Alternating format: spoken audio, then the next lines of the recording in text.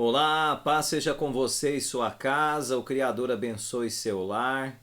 É um prazer voltar a falar com vocês. Aqui Rogério Canova. Nós vamos dar sequência à nossa série Não Leia a Bíblia antes de ver esse vídeo. Essa é a quinta parte. Se você não assistiu a primeira, a segunda, a terceira e a quarta, é muito importante. Essa vai ficar bem mais curta que as outras, né, para favorecer o, a visualização daqueles que estão interessados em conhecer um pouco mais a respeito da Escritura. Eu tenho a presença da minha esposa Mariane. Shabbat Shalom a todos. Vamos iniciar a leitura com declarações do clero. A Mariane vai fazer a leitura da parte sequente, Livro de Aprendizagem da Religião Católica. Página 48. Terceiro mandamento do Criador. Qual é o dia do Criador? A Igreja Cristã transferiu já no tempo apostólico o dia de descanso sagrado de Iá para o primeiro dia da semana. Nós festejamos também o primeiro dia da semana em lembrança à criação do mundo. O domingo é, portanto, sagradíssimo dia de honra da Trindade. Decreto do imperador Teodósios do Concílio de 381.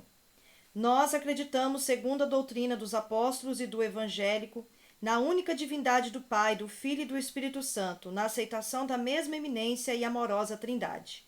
Todos que acrescentam esta crença devem, na nossa ordem, trazer o nome cristãos católicos.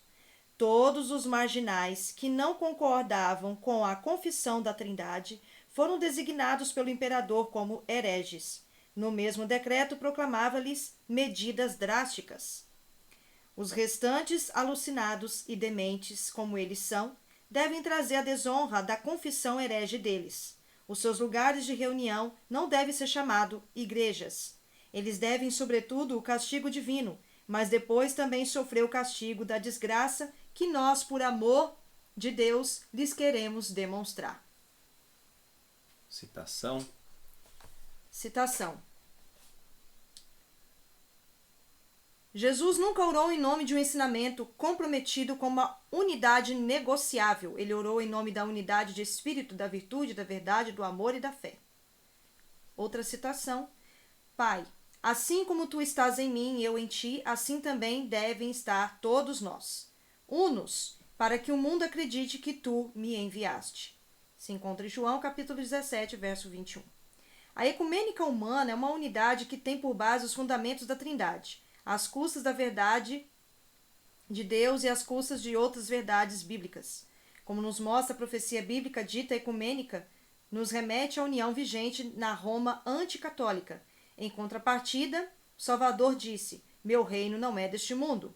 Extraído de É Assim Mesmo, da autoria de Bruno Fischer. O cristianismo vem da religião judaica, e a religião judaica era rigorosamente monoteísta. A doutrina Trindade do IV século não era de maneira nenhuma uma imagem refletida da antiga doutrina cristã por natureza de Deus, mas sim uma divergência dela. Enciclopédia Americana, volume 27, página 294. Nem a palavra Trindade, nem a doutrina em si aparece no Novo Testamento, nem tinha o Salvador em seus sucessores a intenção de contradizer a ordem de Israel no Velho Testamento. Ouve, ó Israel, Yahuá é único. Deuteronômio 5. A doutrina desenvolveu-se pouco a pouco durante muitos séculos e desprendeu muitas controvérsias.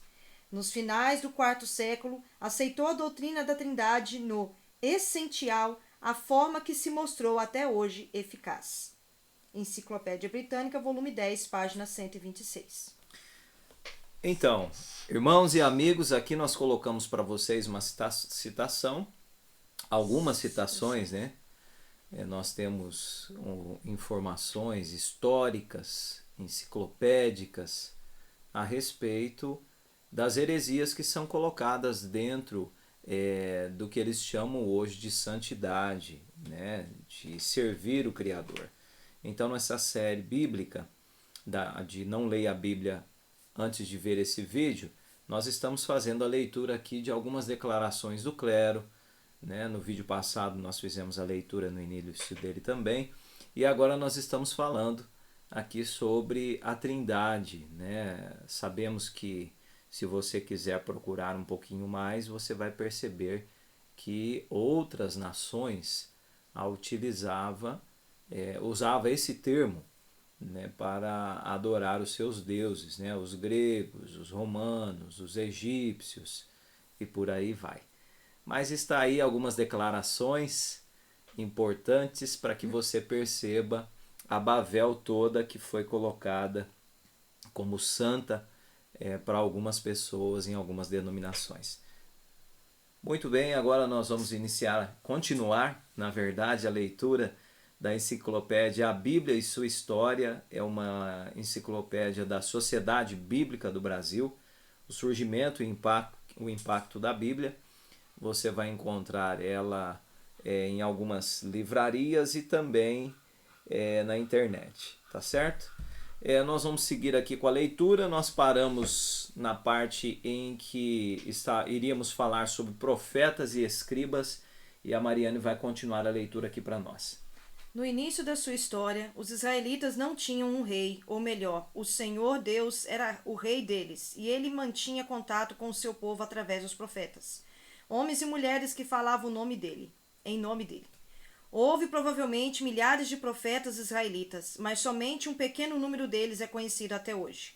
Durante o período de mais ou menos 200 anos que se seguiu à entrada dos israelitas na Terra Prometida, profetas aconselhavam os juízes que governavam a terra, ou, como no caso de Débora, eles mesmos eram os juízes. O último profeta juiz foi Samuel, que sob a orientação do Criador, escolheu e ungiu os 2 primeiros reis de Israel, Saul e Davi. Mas mesmo no tempo dos reis, os profetas exerciam poder, aconselhando o povo e seus líderes e às vezes confrontando corajosamente os reis que desprezavam a vontade do Criador. Histórias sobre esses profetas são encontradas nos livros de Samuel e Reis, onde aparecem também pequenos trechos de suas profecias. As palavras dos profetas posteriores, chamados de profetas escritores, estão registradas nos livros bíblicos que levam o nome deles. Os profetas escritores. Os profetas mais antigos que escreveram foram Oséias e Amós, que clamaram por reformas religiosas e sociais no reino do norte de Israel. A terra dos israelitas havia sido dividida em 2 reinos depois da morte de Salomão, o 3º rei de Israel.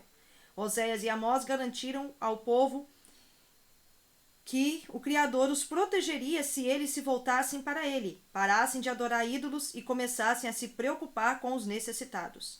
Além disso, os profetas Miqueias e Isaías condenaram as injustiças e a idolatria que encontraram tanto em Israel como no reino do sul de Judá. O grande profeta Isaías também avisou que o Criador enviaria os assírios para invadir Israel como castigo pelos pecados do povo. Nenhum desses profetas foi levado a sério, e como Isaías havia predito, os assírios destruíram o reino do norte de Israel. Depois de 721 a.C., o reino do norte deixou de existir. Os profetas que vieram depois disso voltaram a sua atenção ao reino do sul, Judá, pedindo ao povo que se lembrasse do Criador e seguisse a sua palavra. Entre eles estão Sofonias, Naum, Abacuque e o incansável Jeremias, que aconselhou os últimos 5 reis de Judá. Em 597 a.C., depois da primeira invasão de Jerusalém, os babilônios levaram 8.000 cativos para sua terra, incluindo Ezequiel. Do exílio, Ezequiel profetizou a destruição do templo de Jerusalém, mas o seu povo ignorou até que o templo foi destruído pelos babilônios durante a segunda invasão de Jerusalém em 586 a.C. É importante lembrar que no vídeo anterior nós fechamos com com o contexto histórico, mencionando o desfecho de toda a escrita dos 5 primeiros livros, né? O que temos de respaldos históricos, tradicionais, respaldos mencionados dentro da visão javista, a visão eloísta, dentro da visão sacerdotal a respeito dos 5 primeiros livros. E agora nós estamos dando uma sequência falando sobre os profetas e escribas, lembrando que o povo de Al-Shuru, ele sempre foi orientado pelo Criador, correto? Num determinado momento, como a Mariana estava lendo aqui, o povo pediu ao Criador um rei. Olha, os outros reinos possuem um rei, nós queremos também ser governados por um homem. Então, Samuel, ele fez a conhecer o povo através da unção os dois primeiros reis de o que eles chamam hoje de Israel, né? Do povo separado do Criador. Então nós conhecemos a história. O primeiro foi Saul, segundo foi Davi e o terceiro o filho de Davi também, Salomão. E nós vamos observando dentro desse contexto histórico que cada rei, infelizmente, tinha suas corrupções e o povo também. E os profetas, tidos também como juízes, eles acabavam orientando o povo através do Criador. O Criador falava por eles e mencionava os seus erros, para que o povo se voltasse ao Criador, para que não fosse invadido por outro reino, para que não sofresse as consequências que o pecado traz. Mas aqui está as informações da enciclopédia, aparentemente são bem conceituadas, né? Nós não estamos aqui para defender a enciclopédia, mas para comentar os fatos, e ela aparentemente está bem conceituada. A Mariane vai seguir aqui com a leitura, pelo menos é assim que nós conhecemos até hoje, né? A partir de então, até sua morte, Ezequiel pregou a esperança, assegurando ao seu povo que o Criador ressuscitaria Israel, como uma pilha de ossos secos retornando à vida. Em 539 a.C., a Babilônia foi conquistada por Ciro, o Grande, da Pérsia, que permitiu que os israelitas retornassem a Jerusalém para reconstruí-la. Colocando no papel. Em geral, os profetas anunciavam suas profecias espontaneamente, talvez com acompanhamento de música e dança, mas suas palavras foram mais tarde escritas de forma poética, muito bem estruturada, e ninguém sabe quem as escreveu. Talvez os próprios profetas tenham escrito e retocado as mensagens que havia pregado, mas existe a possibilidade de que, em muitos casos, os discípulos dos profetas tenham registrado as palavras dos seus mestres para que pudessem ser estudadas e ensinadas mais adiante. Esses discípulos podem ter editado os textos para encaixá-los em novas circunstâncias e, em certos casos, até adicionado alguma coisa às profecias. O livro de Isaías sugere um processo desses, já que seus escritos abrangem um período de 200 anos. Além de ser um período muito longo para o ministério profético de um só homem, existem ainda nítidas diferenças de estilo. Isto sugere o trabalho de 2 ou 3 escritores. Acredita-se somente as profecias de Isaías 1 a 39 tenham sido proferidas pelo Isaías histórico.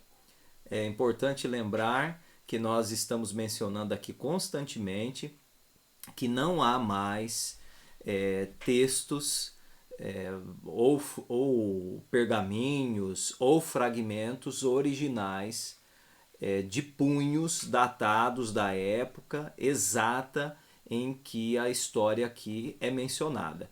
Então, tudo isso são suposições de quem escreveu, né, de quem mencionou, mas na verdade o fato real é que antes de ler a Bíblia, você tem que entender, deve conhecer esses detalhes, de que tudo, até o que for aparentemente colocado em nome de algum profeta, não há indícios de 100% de que foram eles que escreveram, e muito menos não há fragmentos também originais, né?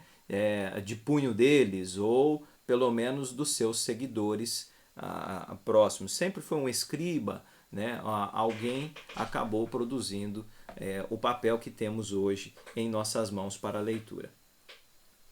Livros ou mensagens proféticas foram também preservadas pelos escribas. Esse método de preservação é descrito claramente no capítulo 36 do livro de Jeremias. Lá está escrito que quando o rei Jeoaquim de Judá proibiu que Jeremias entrasse no templo para proclamar suas profecias, o Criador disse ao profeta que escrevesse todas as suas palavras que fizesse com que fossem lidas para o rei.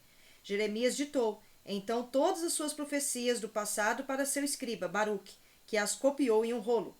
Em seguida, Baruque foi ao templo e leu publicamente as palavras de Jeremias. Quando os funcionários do rei souberam disso, foram procurar Baruque. Então tomaram o rolo de Baruque e aconselharam que ele e Jeremias se escondessem. Os funcionários foram ao palácio real e leram, temerosos, as profecias para o furioso rei, que imediatamente queimou o rolo. Mas as profecias não foram perdidas, porque o Criador ordenou que Jeremias fizesse com que o rolo fosse reescrito. E Baruque novamente escreveu as palavras do seu mestre. O novo rolo provavelmente tenha se tornado a base para os primeiros 25 capítulos do livro de Jeremias. Em 582 a.C., Jeremias e Baruque foram obrigados a se refugiar no Egito. Lá Baruque continuou como escriba secretário de Jeremias, escrevendo as súplicas do profeta para que os israelitas fossem fiéis ao Criador. Durante o exílio, Baruque provavelmente tem escrito a maior parte dos capítulos 26 a 45 do livro de Jeremias. De acordo com uma tradição posterior, Baruque também escreveu o livro de Baruque, um dos livros apócrifos. Entretanto, os estudiosos de hoje acreditam que o livro de Baruque tenha sido escrito séculos depois da morte do escriba. Lembrando que dá para perceber dentro desse contexto, aqui inclusive mencionado, a invasão dos babilônicos, a nação escolhida. Vocês vão notar, né, nós fizemos a leitura de declarações do clero lá no início, e os babilônicos já adoravam outros deuses, já tinham um calendário próprio, e há toda uma mistura, né, uma verdadeira Babel, misturando o sagrado com o profano, nesse contexto e nessa época. Então o clero romano posteriormente só fez um ajuste de tradicionalismos pagãos que vinham ocorrendo em todos os outros reinados, que não eram dirigidos pelo Criador, muito menos pelos seus juízes e muito menos pelos seus líderes, como nós mencionamos aqui. Então fica fácil identificar toda essa estrutura que nós encontramos hoje, falsa, né? Dentro, visando o contexto de calendário, visando o contexto de normas, né, que são colocadas hoje, e nem sempre elas são exatamente escriturísticas. Nós vamos para a próxima parte. Mariane vai seguir aqui com a leitura, falando sobre a parte ruim da história.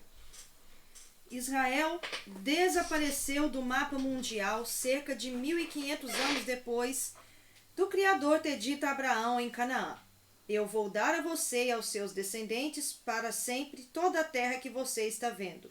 Gênesis capítulo 13, verso 15. Mas em 586 a.C., o exército babilônio invadiu e acabou com os últimos vestígios de que se podia chamar de nação judaica. Os soldados arrasaram todas as cidades, incluindo Jerusalém e o templo, e levaram os sobreviventes para o exílio na Babilônia. A mais de 1000 quilômetros de casa, os judeus perderam a sua identidade como uma nação. Eles não tinham rei para governá-los, nenhuma cidade própria e nenhum templo para oferecer os seus sacrifícios de arrependimento. Eles eram apenas uma raça no meio de outros povos conquistados, misturados no caldeirão racial do Império Babilônico. No exílio, depois da destruição de praticamente tudo o que fazia dos judeus uma nação especial escolhida pelo Criador, eles começaram a reavaliar sua fé. Queriam saber como tal tragédia pôde acontecer e se seria permanente. Então estudaram as suas tradições, leis e história procurando respostas. Aparentemente eles foram bem tratados e podiam fazer o que bem entendessem nas comunidades em que foram estabelecidos. Alguns pesquisadores especulam que os judeus tenham criado sinagogas nessa época, como uma substituição para o templo. Apesar de a lei judaica permitir o sacrifício somente no altar do templo de Jerusalém, o povo podia reunir-se nas sinagogas e até nas casas das pessoas para comunhão, estudo e adoração. Vale lembrar também que a palavra judeu aqui ela é posterior, né? Hoje os historiadores, como tradicionalismo e como costume, usam essa nomenclatura chamada judaísmo para um povo hebreu, correto? Para um povo descendente, digamos assim, da promessa feita a Abraão. Então, nós estamos citando aqui a enciclopédia, né, fatos históricos, porém, nós não somos coniventes com essa nomenclatura utilizada, né, o judeu, né? a historicidade judaica. Não, isso aqui, judeu é um outro povo que surge, é um outro tradicionalismo, mas dá para nós entendermos aqui que está se referindo ao povo da promessa. Finalizando os textos do Antigo Testamento. Foi durante essa época do exílio que os hebreus copiaram e editaram boa parte das histórias e ensinamentos do Antigo Testamento, formando o texto escrito que temos hoje. Entre os livros passados a limpo para sua forma final, estavam aqueles dos profetas mais antigos que haviam advertido que a nação estava caminhando para a destruição se não abandonasse seus ídolos e seu mau comportamento, voltando-se para o Criador. Também foram finalizados nesses anos os livros da história de Israel, de Josué a 2 Reis. Até mesmo os livros de Moisés, de Gênesis ao Deuteronômio, foram provavelmente moldados na sua forma final durante e ainda um pouco depois do exílio. Nessa época, coleções de salmos devem ter sido reunidas e formaram a base para que se tornaria o livro de Salmos. O livro de Lamentações foi escrito nessa época, dando uma descrição comovente da queda de Jerusalém e do templo. Entender o provável contexto e a situação que estão por trás desses livros ajuda a explicar por que os hebreus preservaram tantos detalhes dessa parte ruim da sua história. Foi nessas histórias e ensinamentos que eles encontraram as respostas que procuravam sobre o seu desastroso exílio. Então decidiram preservar aquilo que era relevante para a situação deles. Então, vocês vão observar que o desfecho de tudo que nós temos praticamente escrito hoje, denominado Velho Testamento, ocorreu, né, nesse contexto de exílio, né, de findar, de escrita, de junção, né, toda a estrutura do que você encontra dentro da sua Bíblia hoje, chamada de Velho Testamento, da parte da sua Bíblia, né, Novo e Velho Testamento, teve o seu desfecho nessa época. É muito importante você ter consciência disso. Caso contrário, a gente abre a Bíblia e imagina assim, nossa, não, Moisés escreveu os 5 primeiros livros, né? Tá aqui, né? Moisés contou a história, fez desfecho, depois alguém veio, escreveu, e o pessoal pegou tudo que esse povo escreveu, os profetas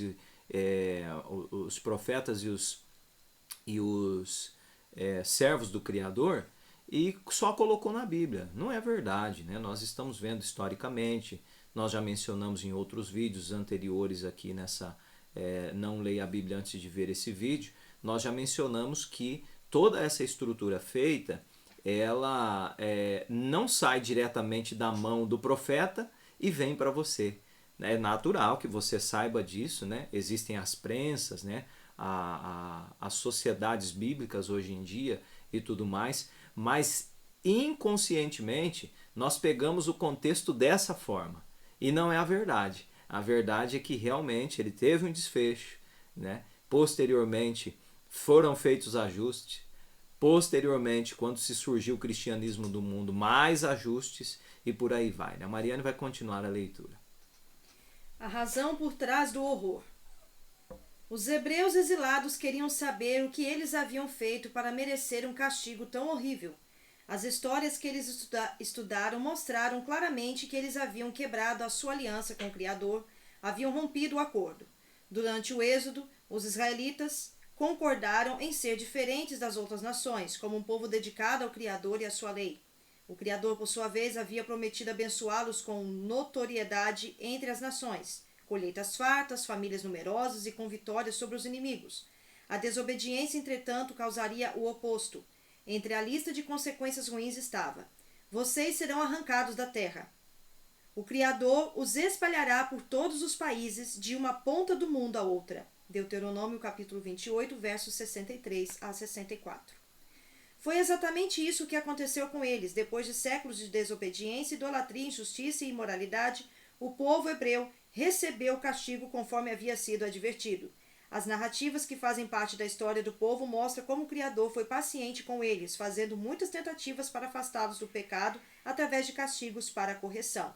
Isso fica claro em Juízes, um livro que apresenta vários ciclos de pecado, opressão na mão dos inimigos, clamor ao Criador para que socorresse os israelitas e, por fim, libertação. Esse ciclo se repetiu muitas vezes. Até mesmo a história do adultério de Davi e a história da idolatria de Salomão no final da sua vida foram preservadas para mostrar que o Criador castiga o pecado mesmo quando se trata dos mais respeitados heróis. O filho que nasceu do adultério de Davi morreu. O reino de Salomão foi dividido em dois, Israel ao norte e Judá ao sul. Enquanto os reis seguintes e o povo continuavam ignorando a aliança, especialmente através da adoração de ídolos, o Criador enviava profetas para adverti-los sobre o que poderia acontecer. Em 722 a.C., os invasores assírios dizimaram a nação de Israel no norte e dispersaram o povo. Os judeus que viviam no sul, em Judá, viram isso e não conseguiram notar a ligação entre pecado e juízo, e em 586 a.C. sofreram o mesmo castigo nas mãos dos babilônios. É fato, né? O Criador promete. Nós encontramos lá nos últimos capítulos do livro de Deuteronômio a promessa do Criador. Olha, eu vou levar vocês para a terra, né? Pelo menos é o desfecho que é feito ali, né? O que nós encontramos escrito hoje. As palavras são essas: eu vou levar vocês para a terra, vocês vão se corromper e eu vou espalhar vocês por todas as nações, né? É lógico que depois ele comenta que será feito um ajuntamento desse povo que vai se voltar para ele, né? E lá um povo interessado em me servir se voltará para mim, eu os ajuntarei. Os hebreus ainda eram escolhidos? As histórias compiladas durante o exílio mostraram claramente que os hebreus haviam perdido a sua nação por causa da sua longa história de pecado. Será que eles ainda eram um povo escolhido do Criador? Será que o Criador os aceitaria de volta depois de tudo o que havia feito? O que se podia concluir a partir da tradição deles era que, quer os hebreus fossem ou não fiéis ao Criador, eles continuavam sendo fiel. Ele castigaria o pecado, mas estava pronto a perdoar e restaurar. Eu já anunciei a vocês as bênçãos e as maldições que o Criador prometeu mandar. Quando ele fizer cair sobre vocês os castigos e vocês estiverem espalhados por todas as nações onde o Criador os tiver jogado, vocês lembrarão daquelas bênçãos e maldições. Portanto, se vocês e os seus descendentes se voltarem arrependidos para o Criador e com todo o coração e com toda a alma obedecerem ao que ele manda fazer, conforme as ordens que hoje eu estou dando a vocês, então o Criador terá pena de vocês. Ele os reunirá de todos os países por onde os tiver espalhado e os trará de volta à pátria. Deuteronômio 30, verso de 1 a 3. Isso era exatamente o que os hebreus no exílio precisavam ouvir. Então decidiram preservar esses ensinamentos e essas histórias, junto com aquelas histórias de que não podiam se orgulhar, como uma fonte de esperança para eles mesmos e uma sagrada advertência para as gerações futuras. Esses escritos ajudaram os judeus a preservar a sua fé e estabelecerem o seu compromisso de seguir as leis do Criador e a restaurarem sua identidade nacional. É claro que quando nós observamos esses detalhes hoje em dia, nós normalmente fazemos um olhar crítico, né? Como é que esse povo pôde fazer tamanha desdém da vontade do Criador, né? Como é que o povo foi tão medíocre ao ponto de não obedecê-lo, percebendo profetas direcionando, né, a palavra do Criador para eles, mas nós infelizmente fazemos o mesmo hoje. Supostamente conhecemos uma boa parte da vontade do Criador e ainda assim nós temos o hábito, talvez com grande frequência, de seguir as tendências do mundo, né? O que o mundo oferece às outras nações e não o que o Criador nos orienta dentro do que usamos hoje como palavra dele. Aqui nós temos a última parte da leitura de hoje. A Mariane vai falar sobre a história sobre um ponto de vista. Os livros bíblicos de Josué, Juízes, 1º e 2 Samuel e 1ª e 2 Reis relatam a história dos israelitas desde a época em que eles entraram e conquistaram Canaã, a terra que o Criador havia prometido a eles, até que eles perderam essa mesma terra e foram levados para o exílio na Babilônia. Durante cerca de 2000 anos, os estudiosos da Bíblia pensavam que esses livros haviam sido escritos por diferentes autores de diferentes épocas. Então, em 1943, tudo isso mudou. Martin Noth, um pesquisador bíblico da Alemanha, Mostrou que esses livros possuíam um estilo e uma perspectiva uniforme e concluiu que eles constituíam uma única história. Além disso, Note afirmou que Deuteronômio, que compartilha do mesmo estilo e perspectiva, teria sido escrito como a introdução a essa história, conectando-o ao Pentateuco. Em outras palavras, Deuteronômio não teria sido escrito como parte do Pentateuco, como anteriormente se acreditava. Atualmente, muitos estudiosos concordam com isso, apesar de a maioria acreditar que a história conhecida agora como história deuteronomística tenha se desenvolvido gradualmente. Uma única e longa história. Esse é um ponto de vista, tá, pessoal? Nós estamos fazendo aqui comentários sobre pontos de vistas em relação ao contexto escriturístico, tá? Vale lembrar, mais uma vez, que nós temos também o que nós vamos ver posteriormente ali nas outras partes, né, de conheça, leia, veja esse vídeo antes de ler a escritura, falando sobre um livro que hoje alguns historiadores colocam como de autoria de Moisés, o livro de Jubileus, né, e não esse livro de Deuteronômio. Mas a Mariana vai seguir aqui com a leitura. A história deuteronomística, na forma como está apresentada na Bíblia hoje, foi provavelmente formulada durante o exílio da Babilônia, quando os israelitas estavam tentando entender por que o Criador parecia ter abandonado seu povo escolhido. A primeira edição pode ter sido começada séculos antes. Logo depois que Israel foi dividida em 2 reinos, Jeroboão, o primeiro rei do reino do norte de Israel, construiu santuários contendo imagens de touros, escandalizando os fiéis mais ortodoxos que consideravam essa atitude contrária à lei de Moisés. Para piorar ainda mais a situação, Jeroboão escolheu sacerdotes entre o povo, em vez de convocar os da tribo de Levi, como era exigido. De acordo com uma teoria recente, os sacerdotes levitas que foram preteridos para dar lugar a esses novos sacerdotes se uniram para preservar as suas veneráveis tradições. Seus descendentes que continuaram esse trabalho acabariam por mudar-se para Jerusalém algum tempo antes que o Reino do Norte fosse conquistado completamente pelos assírios, em 721 a.C. Acredita-se que esses chamados de deuteronomistas começaram a escrever a história deles pouco depois da queda do Reino do Norte, para explicar o motivo que levou à queda desse reino.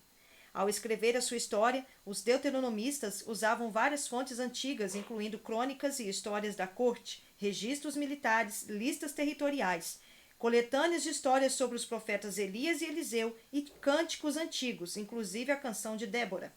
A primeira versão da história provavelmente tenha sido concluída durante o reinado do rei Josias de Judá e apresentava Josias como um rei modelo que o Criador iria usar para restabelecer o seu relacionamento com os israelitas. Essa versão inicial destacava a necessidade de obedecer à lei de Moisés e de eliminar da adoração todas as influências pagãs. Os textos não pretendiam ser história como tal, mas simples comentários teológicos sobre a história. Cada rei era julgado conforme o seu relacionamento com o Criador. Segundo deuteronomistas, era possível ler a respeito das realizações políticas desses reis e outros livros que para nós acabaram se perdendo. Para os deuteronomistas, se um rei permitia a adoração pagã, ele era um mau rei. Se ele se colocava do lado da lei divina e adorava somente ao Criador, era um bom rei. A maior parte dos reis de Israel foi ruim, o que explica a queda de Israel.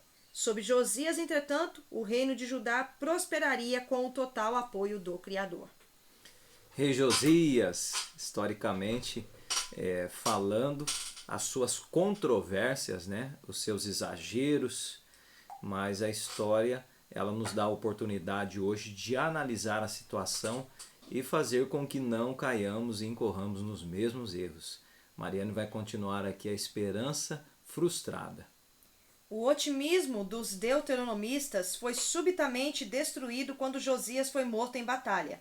Os 4 reis seguintes não foram bons e Jerusalém acabou caindo diante dos babilônios.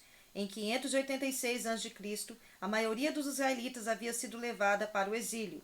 Para que a história pudesse ser compreendida, diante dessas circunstâncias trágicas, os textos dos deuteronomistas precisavam de revisão.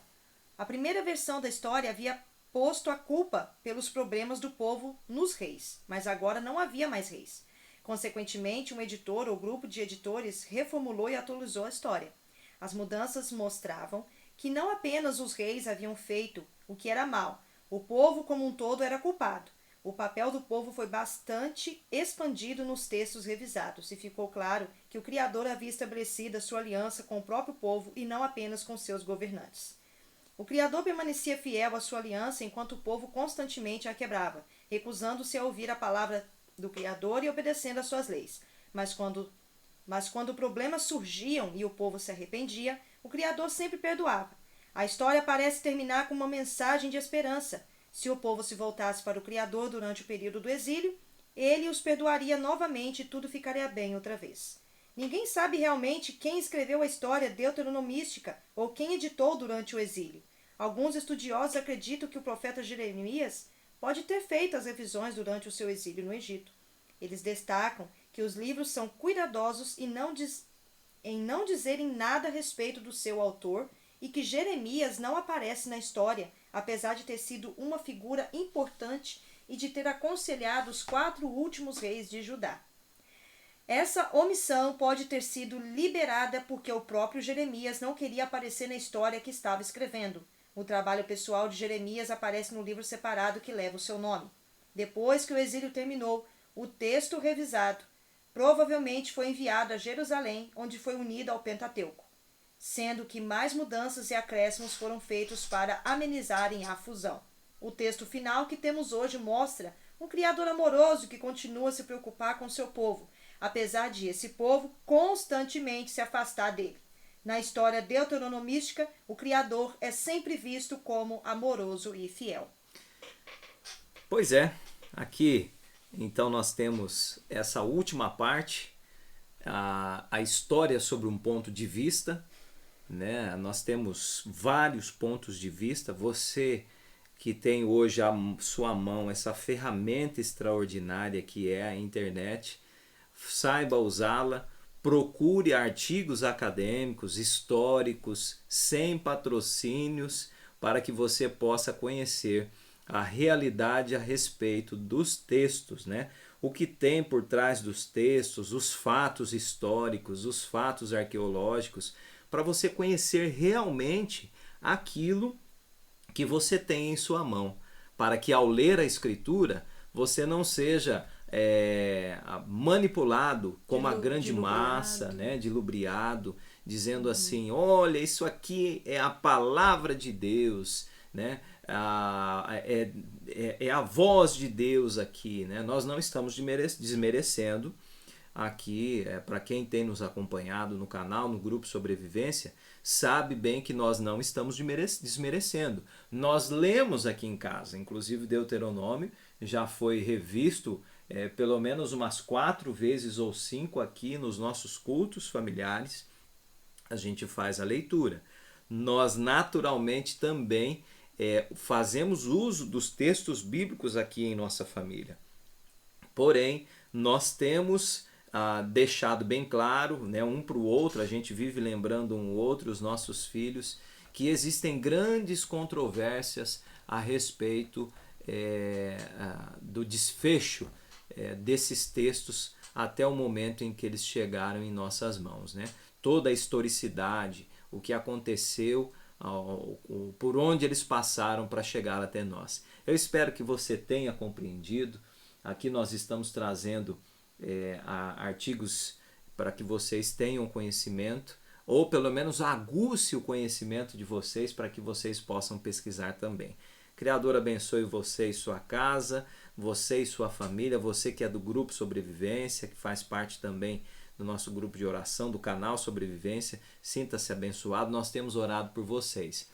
E nós vamos ficando por aqui e voltamos na próxima parte, que será a 6ª.